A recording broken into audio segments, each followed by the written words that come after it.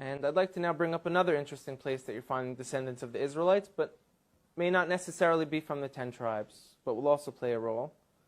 And it shouldn't be overlooked. It's a very serious scenario, is in Africa. Africa has perhaps hundreds of millions of people with this identity right now of being from the people of Israel. Does that mean they were from the 10 tribes? Likely not. We were taught by the historians and within our own traditions that when the Romans conquered Judea, a few hundred years after that the tribes of Israel went into exile, perhaps millions of Judeans were sold into slavery, into Africa, into Rome,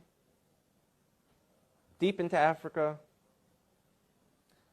And if you look now, you're seeing people who are most likely the descendants of those slaves who kept true.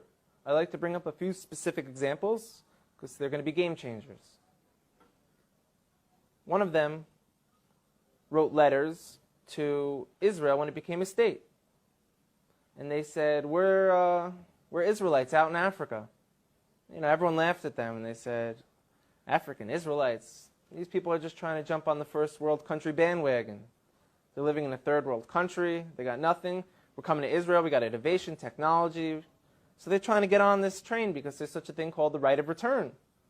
All descendants of the Jewish people from around the world are able to move to Israel. So they said we are also. And everyone kind of laughed at them, like I said. And a few people took it serious and went out there and started studying them, learned about their culture. And a professor from Duke University went out there and did DNA testing on them. And he showed not only do they share Semitic genes from people who were in Yemen and back to the Middle East, these gentlemen, a large percent of them, have the Y chromosome to be Kohanim, to be priests. Now, if anyone who doesn't know, a priest is a specific family clan of the nation of Israel who come from Aaron, the brother of Moses, who was the first priest. And anyone descended from Aaron has the status title priest. And we found that these men in this village in South Africa called Lemba, L-E-M-B-A, carry this genetic marker to let us know that they share the same as from the Sephardic and the Ashkenaz and the population of the people in Israel today. They share the same exact DNA marker. That's mind-blowing. So everyone kind of got humbled a little bit who laughed at them and said, now what? Now what do we do about this?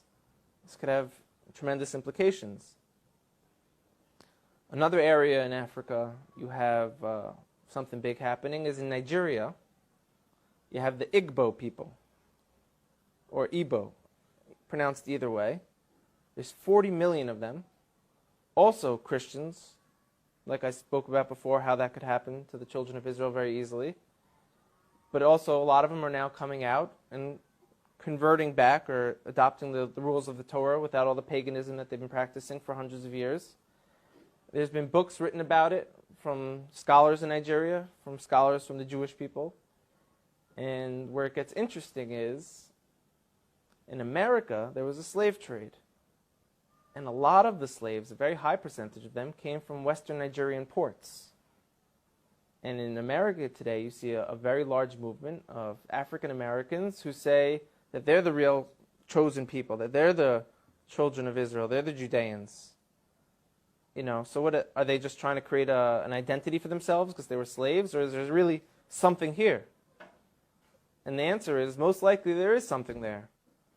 And most likely, maybe that they were the original Israelites, and maybe that the Jewish people today who are white, Caucasian people came in a little bit later on. We know that some of the greatest sages of the transmission of the Torah were converts from Rome.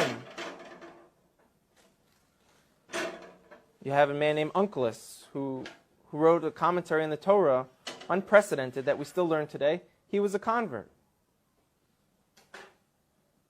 Some of the largest pillars on the transmission today were Roman converts.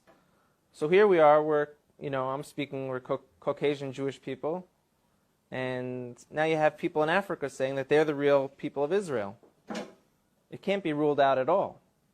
We know they were sold into slavery. We know now that they're fulfilling prophecies by saying, we're coming back.